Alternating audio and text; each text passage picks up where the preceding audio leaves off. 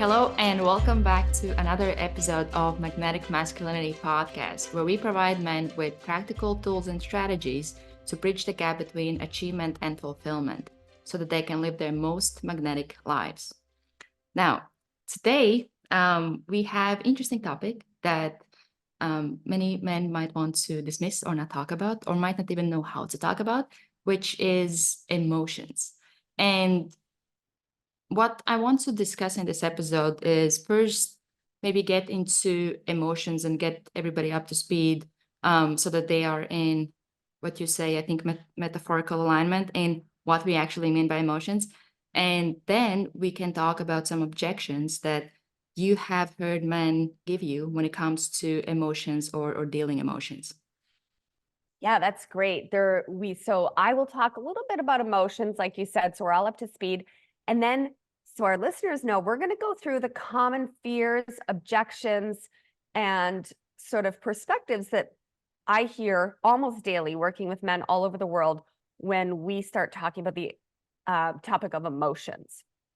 And firstly, I would invite you, if you're listening, to consider that emotions are really the catalyst for our connection and most magnetic lives. And it's not men's fault that they have been forced to shut down their emotional navigation system. It's like we've cut men's emotional legs off in childhood.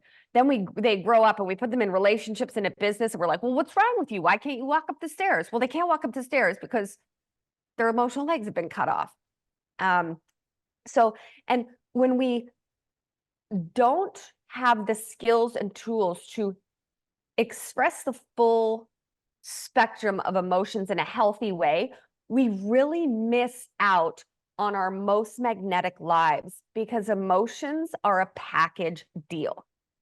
And what I mean by that is that if we are afraid or unwilling or uncomfortable feeling the emotions that we don't prefer, like jealousy, anger, sadness, guilt, shame, grief, resentment, what happens is we kind of also can cut ourselves off from the opposite or polarity of those emotions. It's not a menu where you can go through and choose just the emotions you prefer.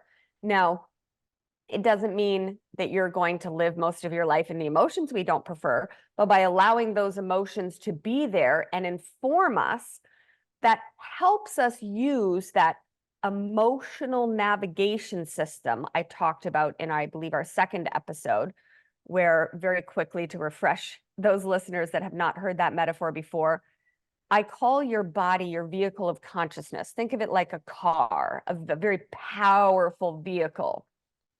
And your brain is the supercomputer. So we want to teach you how to upload and download and refresh and program software that's really helpful, because 90 to 95% of our perceptual awareness is subconscious. So we want you to have the power to manage what's in your subconscious, sort of master your mind and train your brain.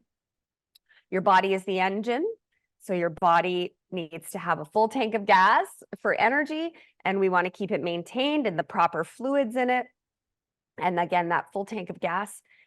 And our heart is the battery, and emotions are your navigation system that guide you and inform you of what your authentic wants, needs, boundaries, and values are.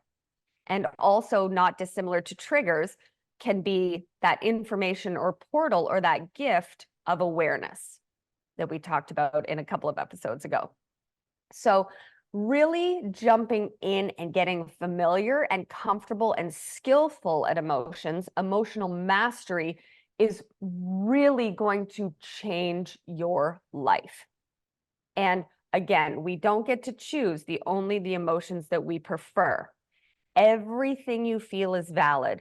And the more willing we are to go in and feel the emotions we don't prefer, like insecurity, guilt, unworthiness, fear, grief, depression, revenge, hatred, jealousy, anger, sad, blame, all the ones that we're like, ooh, I don't want to feel those, then we pinch ourselves off from feeling the opposite or polarity of those emotions, like joy, bliss, excitement, enthusiasm, optimism, because emotions, again, are sort of a package deal. And without that opposite or polarity, you wouldn't feel anything except nothingness or neutrality.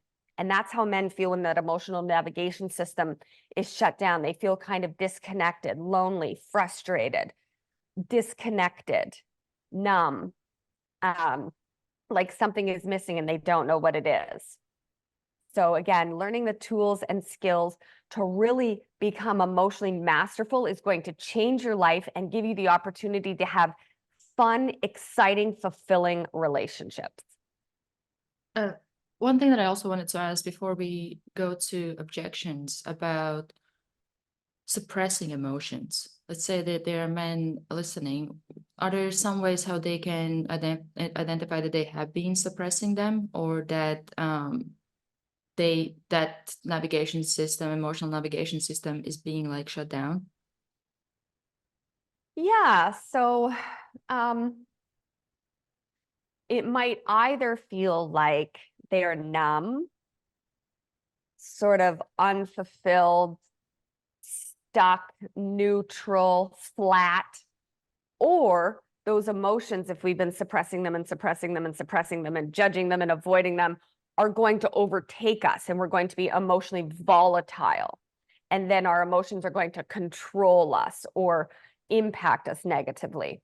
And I think because we're currently evolving out of the emotional dark ages, it's fair to say that everybody on the planet could use a little help and skillfulness with understanding their emotions and the emotions of others and holding space for those emotions. Another reason, another way that we would know that emotions have been suppressed is that we get very tired. I heard a metaphor once I really like, and an emotion, of course, is energy in motion, and energy must move by the very nature of being energy. So if you imagine the energy of an emotion like a beach ball inflated with air, and if you don't feel that emotion and let it pass in a healthy way without blaming it on anybody else or hurting other people with it. But if we take that beach ball and we push it underwater, and then we take another one and we push it underwater, over the years or decades, you might be holding hundreds or thousands of these inflated beach balls underwater, and suppressing energy from moving is exhausting. So when we let those old emotions release, when we let the emotions release through us like children do, you know how children will be like, I'm sad. Okay, they have a temper tantrum, they move on. Like just let that move through them without any judging or blaming or until we teach them that. So this exhaustion, this sort of burnout, this disconnection, this unfulfilled feeling can often be because, again, they've shut down their emotional navigation system to survive in the emotional dark ages. And another metaphor I heard is that if you imagine all of these emotions on our emotional scale as crayons, in childhood, girls are given a whole box of crayons to color with. And we're like, I feel sad, I feel victimized, I feel this, I feel frustrated, I feel this, I feel that. And men typically, again, I'm generalizing and I'm being a little binary with genders for the sake of metaphorical alignment, but I would like to acknowledge that anybody anywhere on any gender spectrum is valid. But again, this podcast is targeted to men. Then men are often only given one crayon or two crayons to color with. And they're not very bright, colorful crayons. They're maybe anger and satisfaction.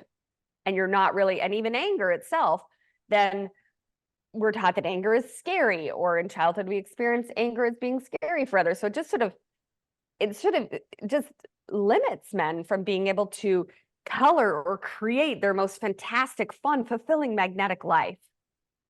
And they end up being shut down, unaware of it, and terrified of their partner's emotions often.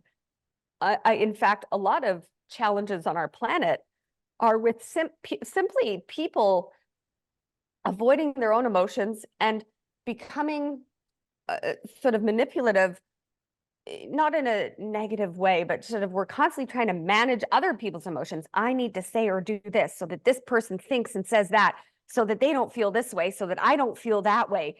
It's just really inefficient and yeah, and exhausting. And again, it prevents us from feeling this full, exciting, enriching, magnetic life that is possible. All right. So like I often say, it's not your fault you can't feel emotions, but it is your problem. and you can have tools to diagnose and repair it. I love it. So are you ready to go into objections?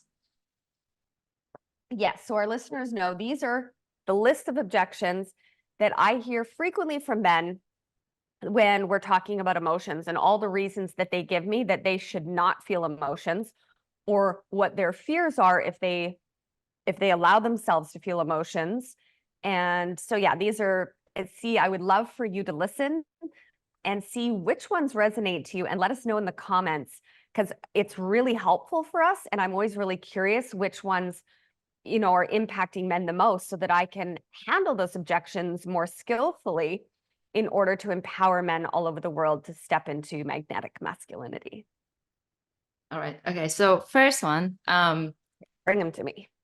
if I lose control of emotions in front of others, they will think less of me.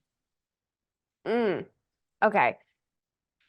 So if I lose control of my emotions, first of all, I'd like to say that most men, when I ask them in our sort of introductory session or throughout our coaching journey together, when I ask them about their relationship with emotions, the most common thing I hear is, oh, I'm really good at emotions. I can control them perfectly, or I can control them really well, or sometimes I can't control them. And I'm like, let's stop you right there.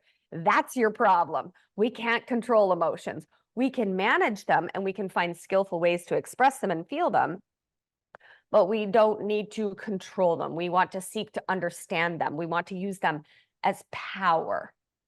So if a man, quote unquote, loses control of his emotions in front of others, I'm not going to gaslight you and say, oh no, they'll love it, because quite potentially we are in the emotional dark ages. So it might make people feel uncomfortable.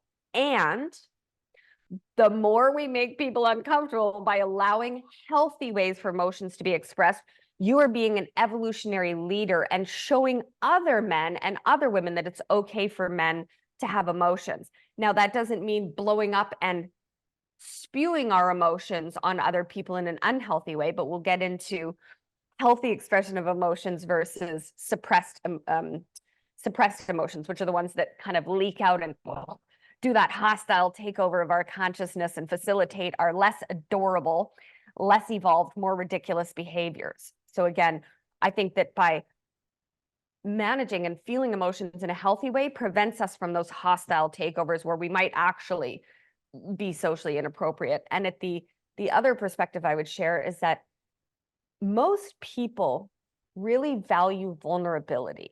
So if a man is able to show vulnerability, yes, it may make other people feel uncomfortable, and that's important for you to do as evolutionary leaders. If you're listening to this podcast, you are an evolutionary leader, and you are helping and guiding and leading us out of the emotional dark ages. So you can just say, sometimes people are going to feel uncomfortable with my emotions, and that's okay. But on the flip side of that, more than likely, you're just going to be more liked by others, because you're going to make them feel safe, and they're going to celebrate or appreciate your vulnerability because it gives them permission to have their own. Yeah. And this also could be linked into the second one, because I have a question about controlling emotions. Second one is, I should be able to control my emotions. And with this, can you maybe explain with when you said that men are telling you that all is good, I can control my emotions, what is it that they're actually doing when they think that they're controlling their emotions? What is it that pretty much like, what is it that they actually do versus what they think they're doing? Because you said you can't really control emotions. Well, okay, so let's first make a distinction between controlling emotions and controlling reactions, or being accountable for managing our reactions. And the more we judge, suppress, deny, or control our emotions, the harder it becomes to manage our reactions. Now, if you're in a meeting and all of a sudden somebody says something and you're feeling anger, hatred, jealousy, resentment, it's probably not the best time to have a healthy release of that emotion.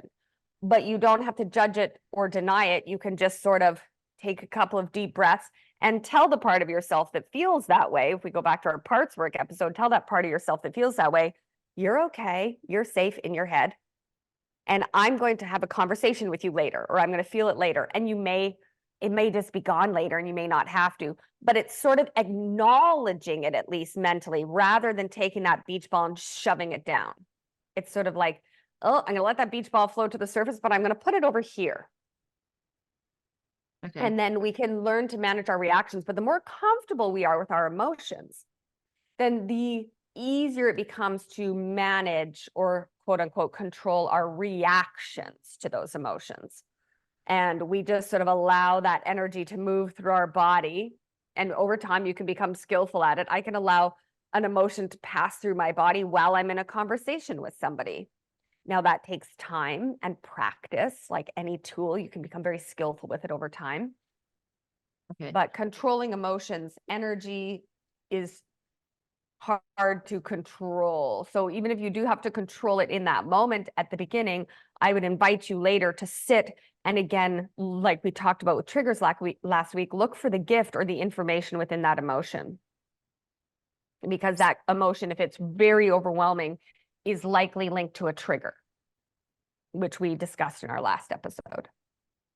So with that objection that I should be able to control my emotions, is it to be able to, well, kind of sit with them or not give into them in that moment, or be able to put it aside? Like what is the, like, let's say when somebody says like I should be able to control my emotions, like what's the response to that? Control your reactions, but why would you control your emotions? Emotions are your navigation system. So if you're ignoring the information that they're teaching you, or you're pushing that beach ball into the water, as Carl Jung used to say, what we resist persists. So if you don't just allow it to release, which can sometimes be 5 to 15 seconds, and you just let that energy and motion move through you and go. And it's like, boom, little thunderstorm, boom, there's the rainbow. But if you take it and you keep stuffing it down and suppressing it and judging it and controlling it, what we resist persists. It builds up in your subconscious, and that's when you're more likely to lose control of your reactions. And again, you're missing out on the opposite or polarity, because you're shutting down your emotional navigation system and pinching yourself off from emotions like joy, empowerment, freedom, love, appreciation, passion, enthusiasm, eagerness, happiness, optimism, hopefulness, contentment. And it doesn't mean that we want to dwell or wallow in the emotions we don't prefer. So it sounds counterintuitive, because we don't want to indulge a lot in sort of our negative, frustrated, but we want to visit them. We want to allow them. We want to sit with them, allow them to release, and then make a conscious choice to direct our thoughts in ways that allow us to bounce into the part of the emotional skill that we really enjoy and that's really fun. Okay, in that case, I have really perfect next objection. So let's say somebody listening might be like, okay, I understand about not being able to control them or now starting to feel them. But what if I let myself feel this emotion, and I'll be pretty much like, if I let myself feel this emotion, I'll be overwhelmed by it? Well, at the beginning, you might be, sorry. Like you have to get comfortable feeling emotions. So again, in the middle of a business meeting might not be the most optimal time to do that. But I do have men schedule time to sit and get comfortable feeling uncomfortable, or just releasing some of those beach balls, having a cry, having a healthy outlet of anger, an expression of that, not avoiding it or trying to change it, but just allowing it to move through us so that we can move on. Think of a child who like has a temper tantrum. They let all that energy move through. They're like, that's horrible. And then they're like, oh, phew, okay, let's go play. Right? So, and at the beginning, it might be overwhelming. One of the tools that I give men when they're learning to become very skillful and emotionally masterful at feeling their full spectrum of emotions in their navigation system is that I remind them that you are safe. The worst thing that can happen is that you are going to feel a chemical sensation in your body, and your nervous system that you are going to feel as a sensation that is going to pass.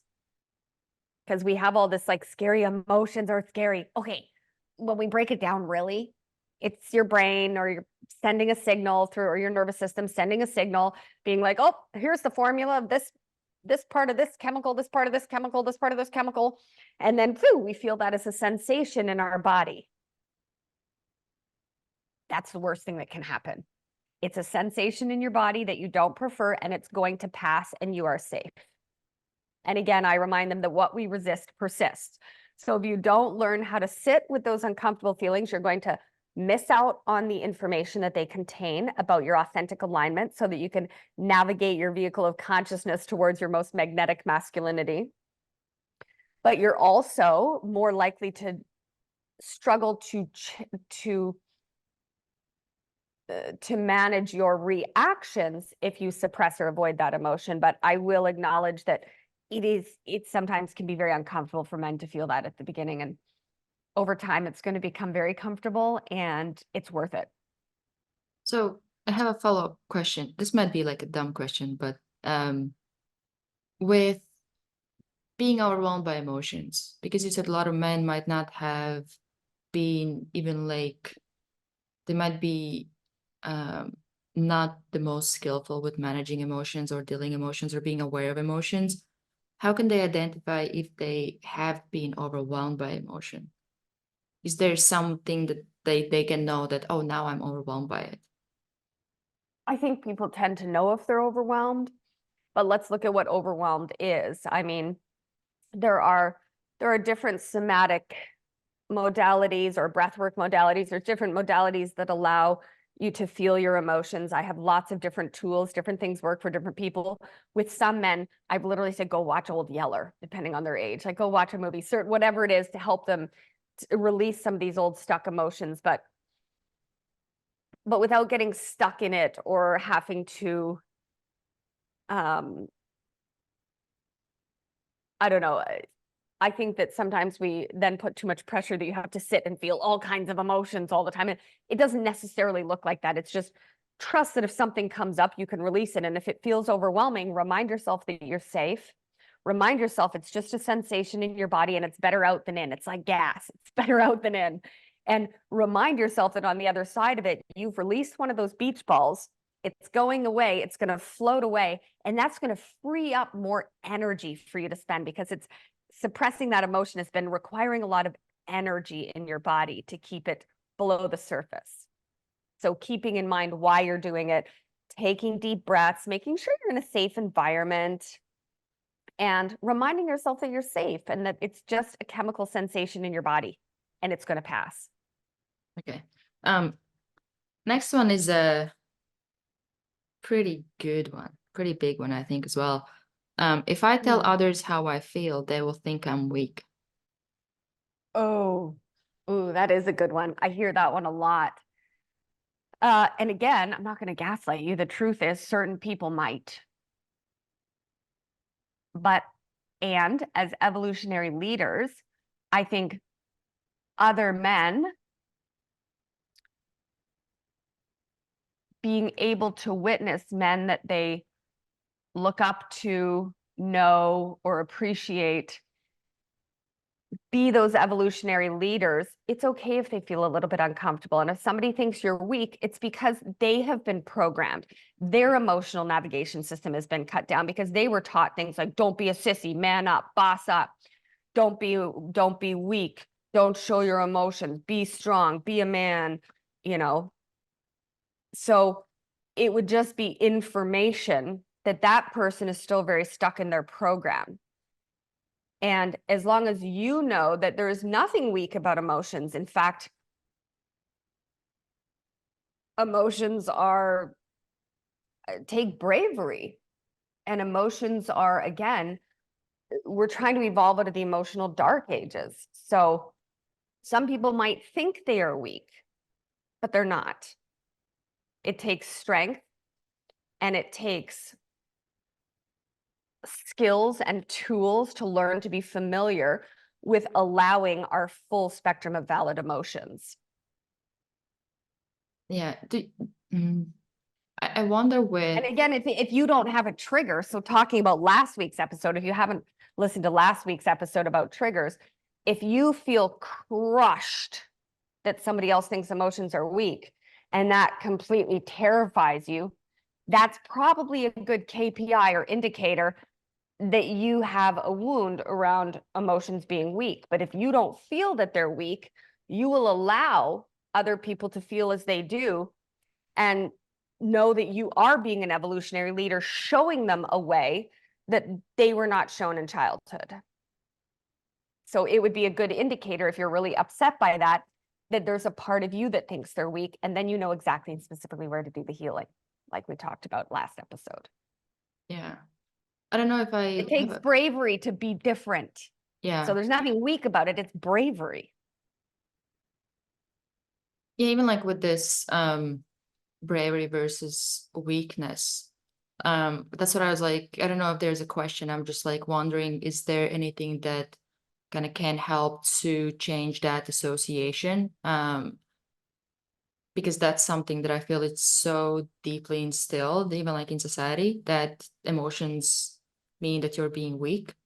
Um, and because I feel like as long as we associate emotions as weakness, it can be hard to look at them other than weakness. Yeah.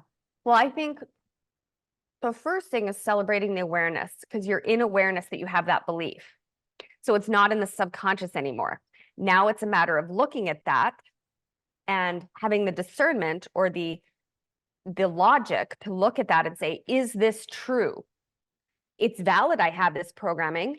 We're living in the emotional dark ages. So do I want to continue doing the things the way we've always done things? If I look around, that hasn't gotten us very good results. So do I want to be an evolutionary leader? Do I want to be a part of redefining what it means to be a man?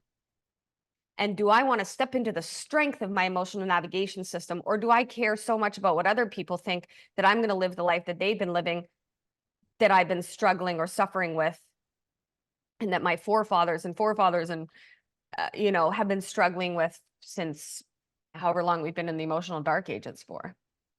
So, Yeah. and I think also remembering that our emotions are a navigation system that guide you towards your authentic alignment. We have an episode about that, the authentic alignment, where you actually have clarity on your wants, needs, boundaries, and values. If you don't feel your emotions, you're not only going to have a harder time getting into your authentic alignment and your most magnetic masculinity, you're going to be tired from suppressing them. You're going to feel dull and flat, and you're going to be really terrible at relationships. And I think a lot of us want really delicious, fun, exciting, sexual, energized, super great relationships. And relationships by their very nature are emotionally based. We are an emotional species. So denying, suppressing, and avoiding it just isn't helpful anymore. So yes, it's probably going to feel uncomfortable. Yes, we often believe that it's weak. But again, as evolutionary leaders, we need to step into the strength and bravery to redefine how we can be as humans. Yeah. Okay, next one. I think you will like this one. Other people don't feel this way. There must be something wrong with me. Ah, yawn. No, that's very valid. I hear that multiple times a week. My clients really trust me. I foster a lot of trust. I think they can feel that I'm genuinely not in judgment, and I have no problem going into the nitty gritty. I love being in the shadow or in the nitty gritty. Nothing makes me feel uncomfortable. So when my clients confess, okay, here's what I really think, or here's what I really feel, and the shame comes in, if I'm the only one that feels that way, I'm like, oh, that's it? Oh yeah, like 5 guys this week feel that way. And I don't talk to every man on the planet. So if all of the ones I speak to feel that way, you're not alone. There are 8 billion people, or however many people there are on the planet. If it exists within you, it exists within others. It's only the sort of ego, bless our ego. I'm not an anti-ego. An ego is a part of us, or the accumulation of our parts, like we talked about in parts work.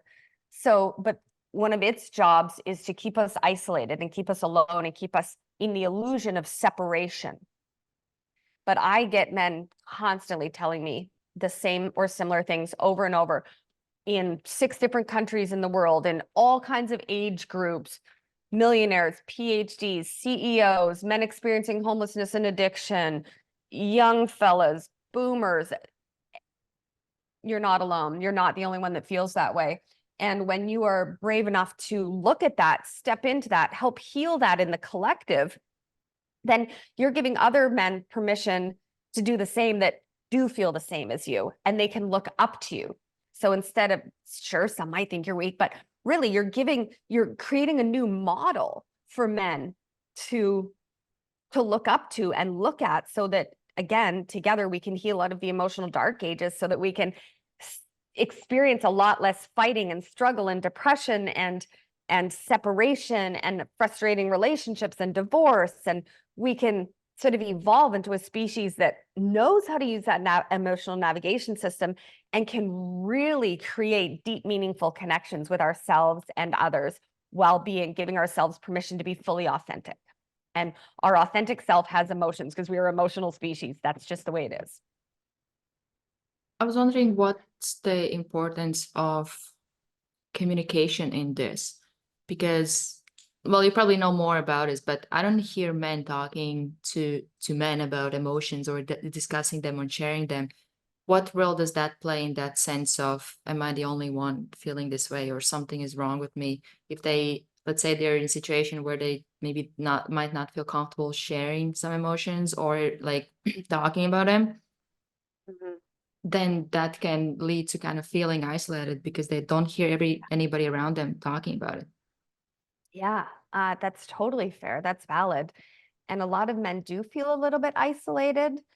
I remember I was talking to 3 different men once, who were all on the same hockey team when I was in Canada. And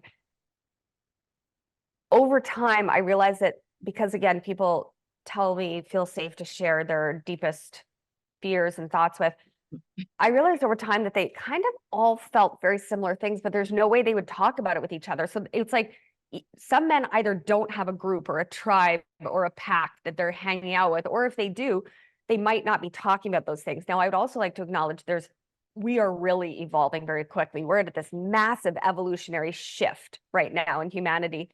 So I think that there are lots of people out there that are doing this, and men are becoming more familiar with this. I see more men on television crying. I see commercials on TV with men doing laundry, or, we are shifting. So there are places, and there are more men's groups and men's healing circles. And I think it's starting to become more mainstream. But yes, a lot of men feel isolated. They don't know who to talk to with it. They don't feel about their emotions with. They don't feel safe to talk to their emotions. And ladies, if any ladies or anybody anywhere on any gender spectrum is listening, I would like to first acknowledge that I have participated in some of the ways that men don't feel safe expressing emotions when I was less skillful and more unevolved, higher entropy state. I remember that I used to sort of put men in this impossible position where I was like, oh my God, be sensitive. Like, I want you to be so open with your emotions. But then I'd be like, wait, you have to be strong. You have to protect me and my emotions. And I would sort of give them this confusing message. Or I would be like, they would express anger, and I'd be like, oh my God, your anger is so scary. Or, oh, wait, what, you feel sad? Oh God, then I feel unsafe. And then I start reacting. So then they often tell me they're afraid in their relationships to express emotions because of the backlash or the confusing messages that they've been getting, which, again, I acknowledge I definitely participated in unhealthy patterns in relationships in relation to men and emotions. Yeah. Okay. Next one. Only immature person would get so emotional. That's a very popular belief. And again, 90 to 95% of our perceptual awareness, the thoughts we think, the words we speak, the choices we make, and the habits and patterns that we perpetuate are based on subconscious programming, primarily before the age of 7. So yeah, you might believe that, but it's not you that believes that. It's just a common software that everyone's computers came with it, because we're in the emotional dark ages. So again, if you have awareness that you feel that way, you can use your left brain to look at that, question that, challenge that thought, right? A belief is just a thought we think over and over, or something that we hear in childhood that gives us an emotional reaction and creates like a very deep neural pathway that we then repeat over and over. And in society, we have very much perpetuated some of those thoughts and beliefs for men. So yeah, you might feel that way, but it's just a nonsense belief that we can reprogram. Yeah, And it's very normal to have it. No big deal. So the next one I think is something that could be pretty big one. I should be able to cope with difficulties on my own without turning to others for support. Yeah. Now, I also think in modern self-help and psychology, people would argue different sides of that. So let's just reflect different perspectives and you can decide which one resonates most for you. I think there is some truth that we can learn to process our emotions and become trigger proof so we're less reactive to others. And whether we like it or not, we are an interdependent species. Even introverts, there is some need for connection. They just need it on different levels. And some people that don't like to interact with other humans can actually be a coping mechanism or a trauma response, or an avoidant attachment style. So some people would say, yes, you should be able to do everything on your own. You don't need anybody else. I would offer the perspective that we are an interdependent species. We're a pack species. In childhood, we are completely dependent on our parents, sometimes until like for much longer than a decade. And we are a group pack species. Now we've created a culture of separation, an illusion of separation. We could get very meta and talk about the consciousness of the one consciousness, or the illusion of separation. However, yeah, I think that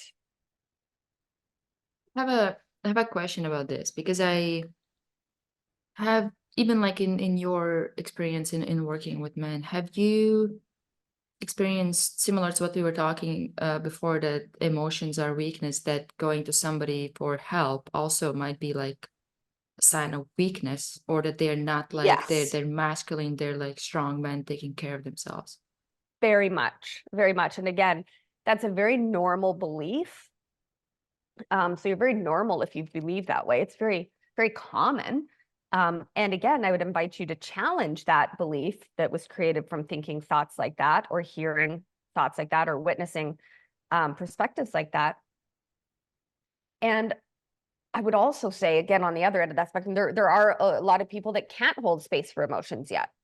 So finding a safe place, whether that be a therapist, a counselor, somebody in your church, a very emotionally skillful partner, a coach or life strategist, of course, wink, wink, somebody who's very comfortable with the full spectrum of emotions, so that you have a safe place to practice that. And I think that some of the greatest, most powerful leaders of our time, you don't look at a famous sports player or a CEO and say, oh, you've done all of this completely by yourself. No, they know that, hey, if I want to get from level 8 to level 27 as fast as I can, I'm going to go to the people that have been at 27, that can anchor that can get me there quicker, so that they can save me years or decades of struggling and failing or trying to figure it out on my own. So I think that some of the most powerful and influential men on the planet are very comfortable with going for help, mentorship, coaching, and understand the value in knowing when to direct everybody else. If we think we have to do everything by ourselves and that we can't, it can either be a sign that we have some trust issues to work through that are valid, or that it can be a sign of perfectionism or shame, which I definitely used to have, where I was like, I have to do everything by myself. I'm doing everything on my own because I'm good enough and I can, or something.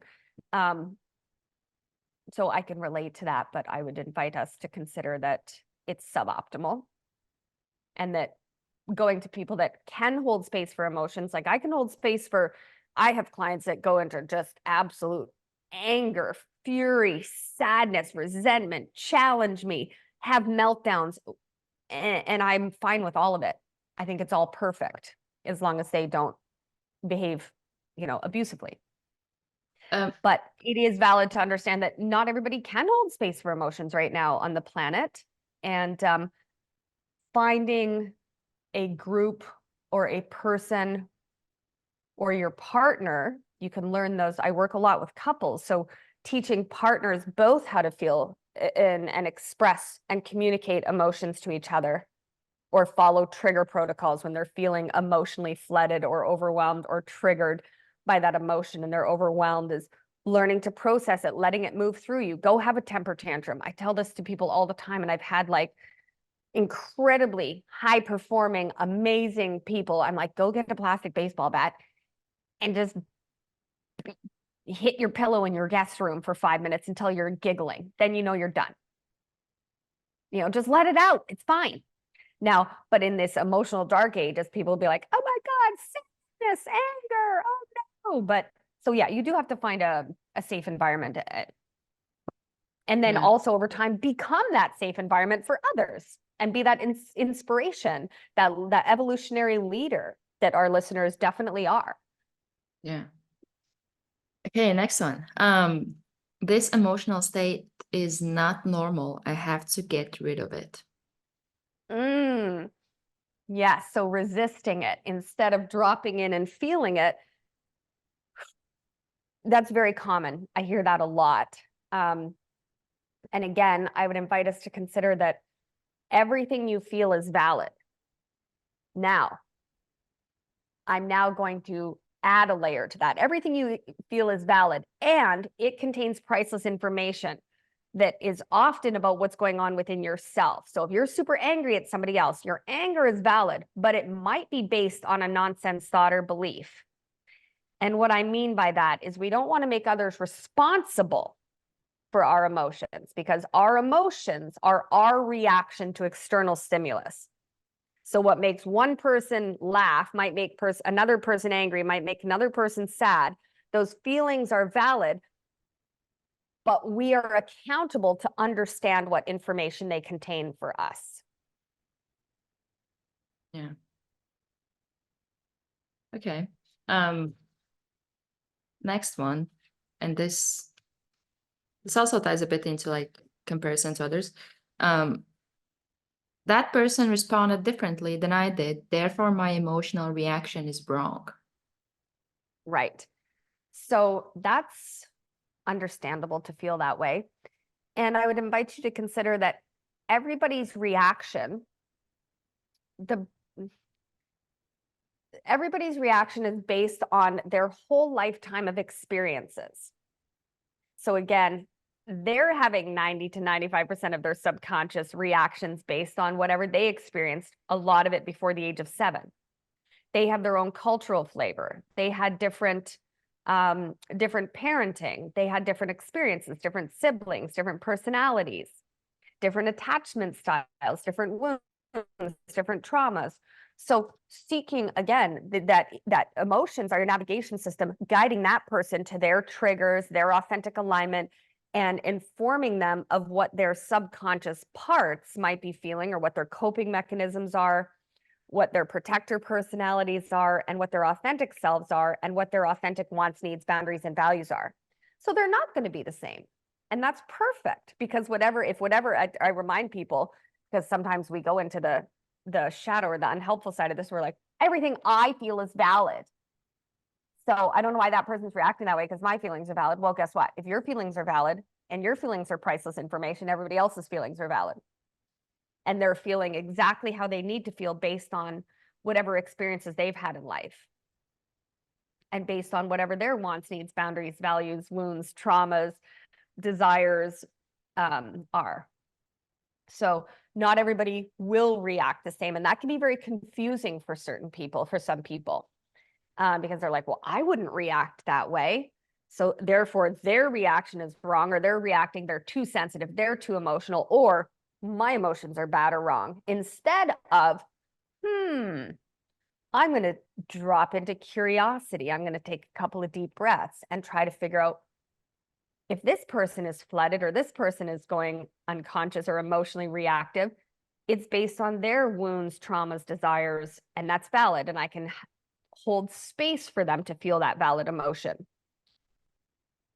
And I can do the same for myself. And again, these are skills and tools that take a little bit of time and training until we become good at them, like anything else, like playing the piano, riding a motorcycle, whatever it is, playing basketball. And some people are just like playing basketball. Some people are going to be naturally very good at it right out of the gate. Some people are going to need more practice. Some people are just going to really struggle and need extra coaching. And that's perfect. And why it might be hard for us to maybe accept that whatever response, emotional response that we might have is valid, or it's, let's say, not wrong. Like, where does it come to jump to conclusion that my response must be wrong?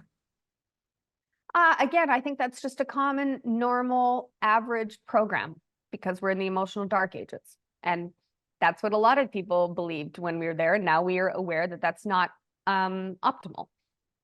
So you can notice that come up, and you can notice the judgment come up of your emotions or the emotions of others. And you can, like we talked about in our episode of awareness, you can celebrate the awareness and go, oh, I'm aware that I'm judging this, or I'm aware that I'm in resistance to this. And therefore, it's in my awareness, it's now above the level of the subconscious. So now I can make a decision about it, or now I can logic through it, or I can be curious about it. So you can celebrate that awareness and just understand that the old familiar way of doing things is just not optimal. And we want to create a new familiar way, which requires a conscious choice to do it differently over and over and over, as many times as it takes until that becomes our new subconscious baseline, or our new 90 to 95% subconscious programming. We just want to reboot it to something, reprogram it to something more optimal.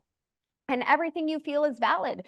Emotions are information. They're information. And sometimes they're just energy moving through. Sometimes they're an old emotion releasing. And that's why we also, everything you feel is valid. Everything you feel is valid. Again, it might not be caused by what you think it is caused by. So we want to do some introspection, some reflection, follow trigger protocols, something like that. But it's valid. There's no such thing as an overreaction. There's no such thing as too sensitive. Everybody is exactly and specifically as reactive and sensitive in proportion to how big the wound is. Or into how, if somebody grazes me here and I'm like, oh, that's so annoying. I'm like, oh, it's annoying. It's going to be different than if somebody grazes me here and I have a giant infected wound that's been festering for 20 years and somebody grazes me here. I'm going to be like, oh, you hurt me. And I'm going to, whoa. So everything everyone feels is valid. Okay, next one is, and what we resist persists. So one of the mistakes I sometimes make is when I'm in resistance to something I'm feeling, is I then resist my resistance. And I get stuck in this sort of like negative, sticky, crunchy feedback loop. So instead, it's going into allowance and being curious and just allowing that emotion to pass, and then being curious about what it was teaching you. okay. Similar to our triggers. So next one is, it's a strong one. If I let myself feel this pain, it will kill me. Yeah, somebody said that to me once. And I mean, trauma is real, nervous systems are real. I think it can be helpful to remind ourselves that to have a perspective that this is just a sensation in my body. My nervous system is reacting. My body feels very gross and scary and unsafe, and it feels like I'm going to get swallowed in and never come out. That's a valid, normal feeling. And again, you can find a safe place to feel and express your emotions if that's more supportive for you. And you're going to be okay. You're going to feel really uncomfortable. But again, the more we resist it, the more it persists. So I find what works for me is to just surrender right into the emotion and sit there with the part of me that's in that pain as I would want to be sat with sort of in childhood. Or imagine like if a child is in a lot of pain or crying or feeling scared and you want to sit, you don't want to be like, why are you feeling that way? Don't feel that way. Okay, hurry up. Are you done feeling that way yet? Oh God, I don't know what to do. Get away from me. how do you think that kid's going to feel? Do you think it's going to make it better and it's going to pass very quickly? That feeling's going to kill you. Don't feel that way. Don't be angry. Don't be sad. Go to your room. Don't come out until you feel better. Go sit in the corner. Don't be angry. That doesn't work. So we want to practice those divine masculine skills of vulnerability and intimacy and presence yourself, or find somebody, a therapist, a coach, a counselor, a partner, a trusted friend, somebody that can presence that with you if you feel safer doing that within the container of somebody else. And remember that, some people say we have to feel it to heal it. I think that can be true. I also think that sometimes we don't necessarily have to. So I think that it's just sort of a case-by-case basis. And I think that often if we believe that it's going to be a long, terrifying, dramatic process, then it is. So we just kind of approach it with curiosity. And if something comes up, you could also say to yourself, oh gosh, okay, I'm going to feel uncomfortable. I'm so excited because on the other side of that, that balloon is gone and I've freed up more energy. I've become less particle and more wave. I've become less dense and more light. So, or like I said, it's like gas. It's better out than in. So, finding that healthy, supportive way for you and your nervous system to process and feel it without judgment, and presencing it the same as you would have wanted to be presenced in childhood, that chances are, living in the emotional dark ages, you were not necessarily presenced in the way that would have been the absolute most optimal. And what we resist persists. So better out than in. Yeah.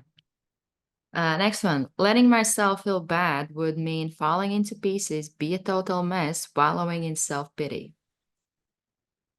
Yeah, I hear that one a lot. And that was actually one that I felt, because I had this strong program of like, don't be weak. Don't sit around feeling sorry for yourself.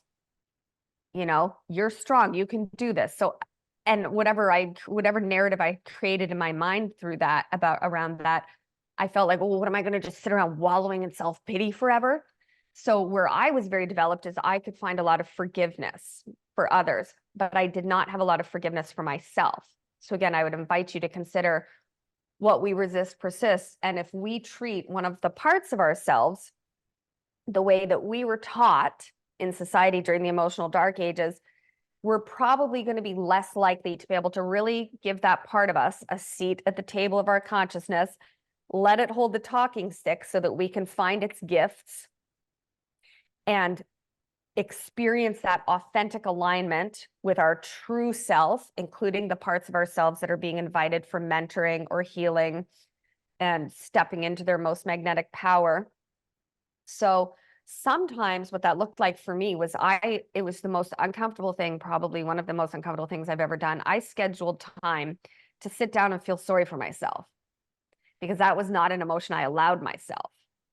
So again, what we resist persists. And I was very uncomfortable with that. But somebody who believes in putting my money where my mouth is, and I want to at least try things so that if I tell people things, I can have some sort of experience with it myself. And I sat down, because I always tell people, if you're angry, feel angrier than any person has ever met. If you're sad, feel sadder than any person's ever met. It's going to pass very quickly. And then you're going to bounce back up the emotional scale. So you might start out in fear, grief, insecurity, guilt, unworthiness, and then you're going to step into rage. Then you're going to step up to anger. Then you're going to step up to discouragement. You're going to go up that ladder. But if we're judging any of those things at any point, we're going to get stuck in those lower rungs of that scale or that ladder. So I sat down and I literally was like, I'm going to feel sorry for myself than any person has ever felt in the history of self-pity. And all these things came up for me just naturally. I was just sitting in my bathtub having a hot salt bath, like, okay, I'm going to do this. And everything in me was like, no, don't do it. Don't do it. Don't do it. Don't do it. You're going to turn into some pathetic wallowing victim. And I don't like the victim energy. It's not very much fun. So I think that feeling that is actually the antidote to victim. And we don't want to get addicted to it. We don't want to get stuck in it. We don't want to stay there forever, but just feeling it And things started popping up like, oh, this happened. And that was really sad. But at the time, I told myself, don't feel sorry for yourself, or the other person didn't mean it, or it wasn't their fault. So I'm very good at holding space for other people. And from the meta perspective, zooming out, everything's always working out for me. Everything's in my highest good. Everybody's always doing their best. And I believe those things. But what I had not done was met myself deep down in the human 3D physical dimension and let my human self feel some of the feelings that I judged. And afterwards, I felt like I sometimes would reach like bliss or samadhi states because I just released that, and I released and so much energy, and I met that part of myself. I didn't need to keep that part of myself in that mindset forever, but I met it where it was at. And I was like, yes, anybody would feel sad in your situation. That's totally valid. It's validating that part of ourselves. And by validating that part of ourselves and meeting it where it's at and presencing it, it actually does go away quicker, or not go away. It actually transmutes or changes how it's showing up at the table of our consciousness. Yeah. Okay. Next one is something that I assume you might have been hearing often. If I show signs of weakness, others will reject me. Yeah, that's a tough one. Because again, where we are at this snapshot in evolution, it's possible. But the people that, because of their programming and their discomfort and their fear and their being, have their emotional navigation system shut down. So again, if you don't have a trigger there, you'll be more like, oh, that person is uncomfortable with their emotions and they don't feel comfortable with mine. I hope I planted a little seed for them in their mind garden that can hopefully grow by modeling a different behavior to them. That's how you will feel if you don't have a trigger there, right? We talked about in last episode. Whereas if you have a trigger there and you're like, I'm so afraid of being seen as weak, or I'm so afraid of that person judging me or rejecting me.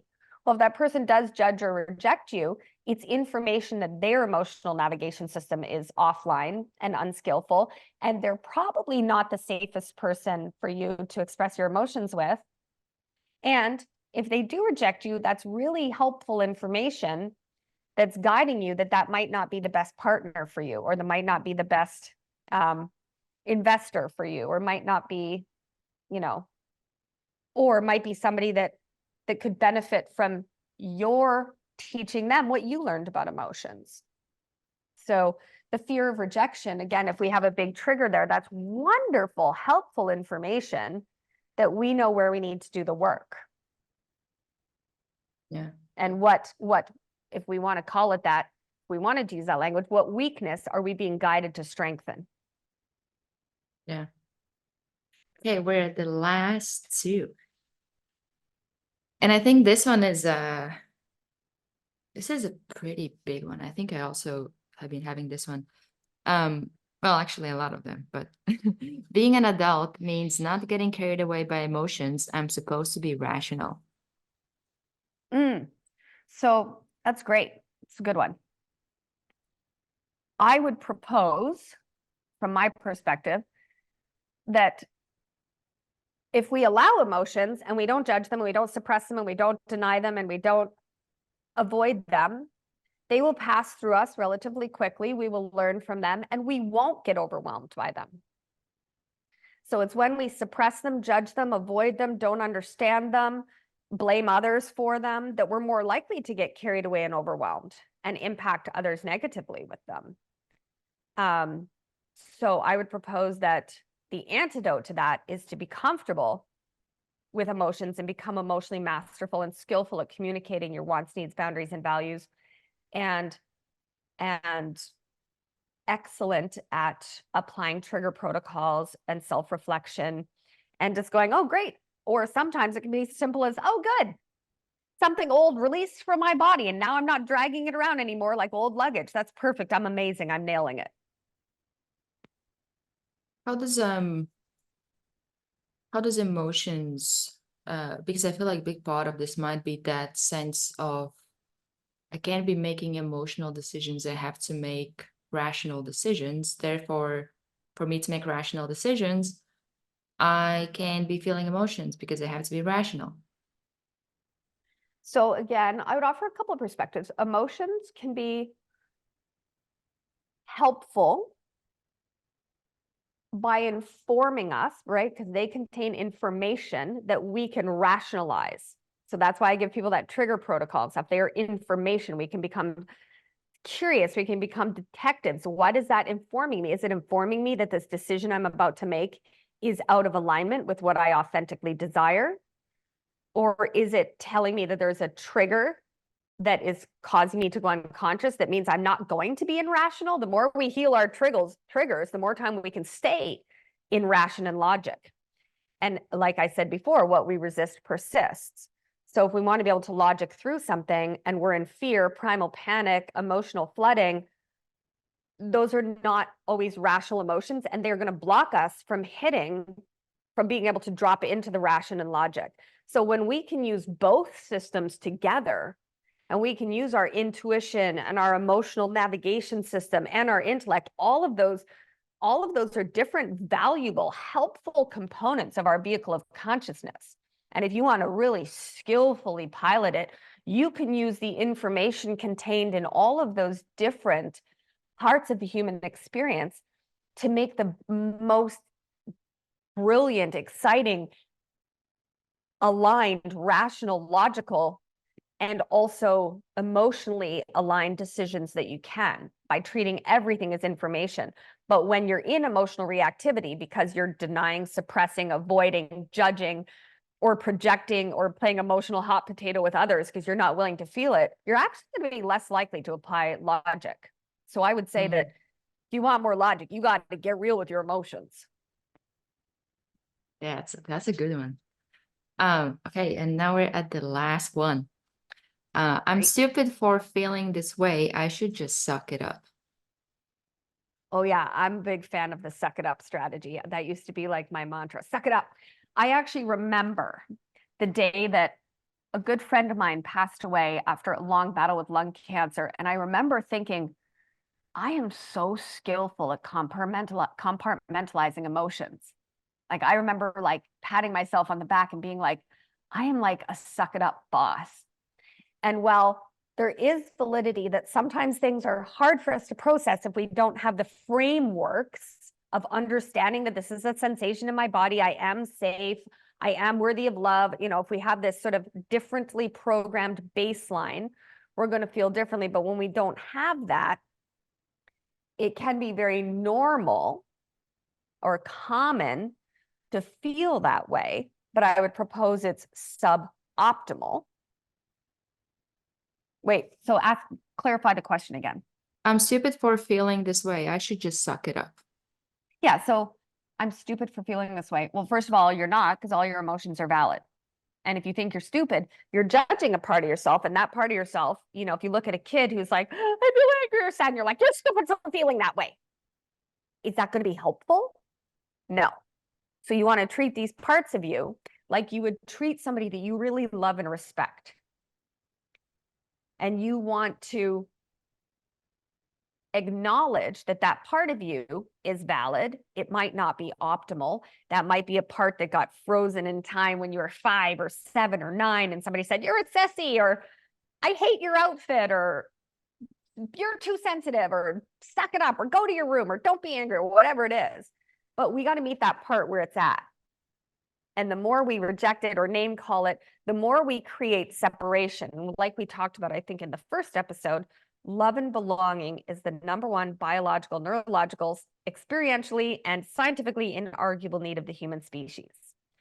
So that love and belonging that we all desire at our very core being needs to start, or can, doesn't have to, there's no wrong way to heal, can start within the parts of ourselves.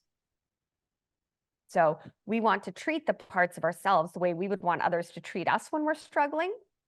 Because in my experience, the things that I say to myself and the ways I judge and punish myself, I would never dream of saying to another person. So one of my rules is, or one of my tools, is if I wouldn't say it to somebody else, or I wouldn't say it to a child who's crying, or I wouldn't say it to a little kid who's struggling, or a family member that I love and respect, then I don't say it to myself. So if you're judging it or resisting it, it's going to get bigger, and it's going to be more likely to do a hostile takeover and facilitate an out of control reaction. And if you meet it where it's at, heal it, integrate it, then you're done with it. You're done.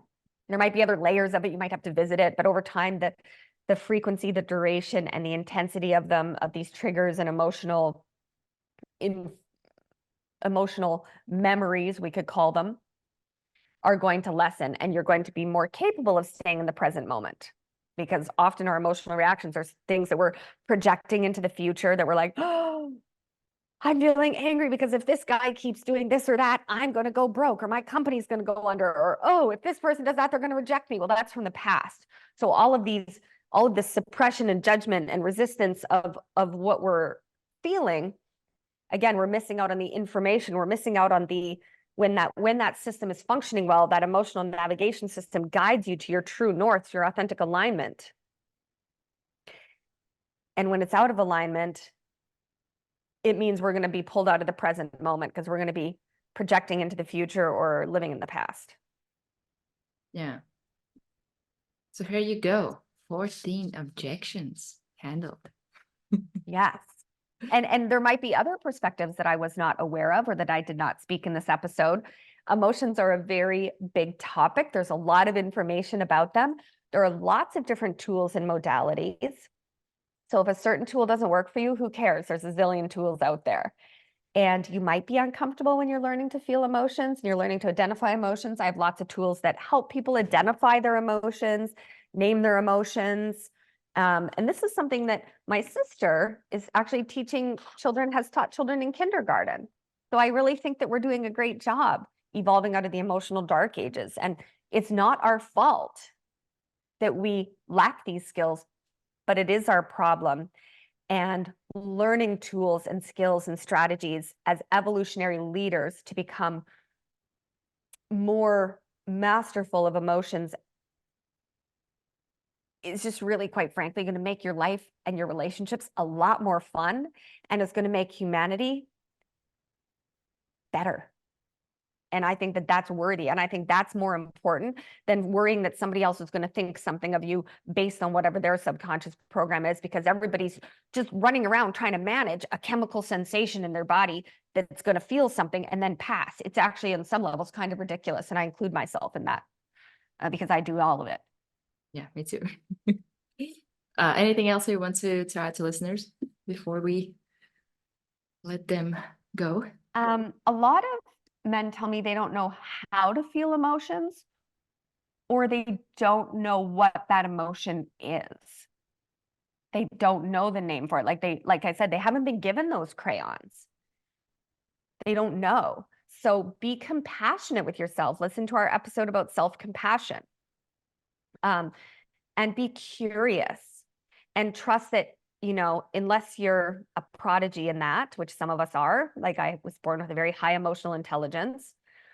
And we could do a whole episode about EQ, emotional intelligence, and how much that impacts and influences you in leadership roles, at work, in your personal relationships.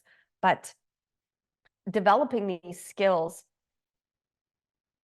you're either going to be really skillful at it off the get-go, or you're going to need to work harder. Like I talked about the basketball metaphor, you're going to be really good at it, or you're going to need a little extra coaching, and what works for one person might not work for another person. But just stay patient, trust the process. You can't fail at healing. And if you do fail at emotional reactivity, or you have an emotional reaction, or you can't identify your emotion, celebrate the awareness of it, keep at it. And there are tools, there are lots of different modalities out there. There are lots of somatic healing. There are men's circles. There are YouTube videos, I'm sure. There are lots of different therapists, coaches, counselors, life strategists that will happily hold space for men to learn to feel their full spectrum of emotions. Yeah. And I'm going to tell you, getting good at this is going to make your relationships so much better and juicier and more fun and exciting, and holding space for your emotions and being able to hold space for women's emotions is just going to change your whole life. It's worth it. So if it's uncomfortable, do it anyways. Yeah, I love that. I love that. Well, we will see you next week. And also, if you have any questions or anything you want us to talk about or touch on, Or you can comments or suggestions if there's things we missed. I'm sure I missed lots of things. If there's resources or books you've read or anything you want to share with other men, yeah, we invite you to do that. And if you'd like to book a strategy session with me, there will be a link in the show notes. And I would love to meet you and see if I'm the right person to help serve you on your journey to evolutionary mastery and stepping into magnetic masculinity. And I want to thank all of our listeners for being evolutionary leaders, because if you're listening to this, you are, and you're part of the movement that is helping us heal out of the emotional dark ages.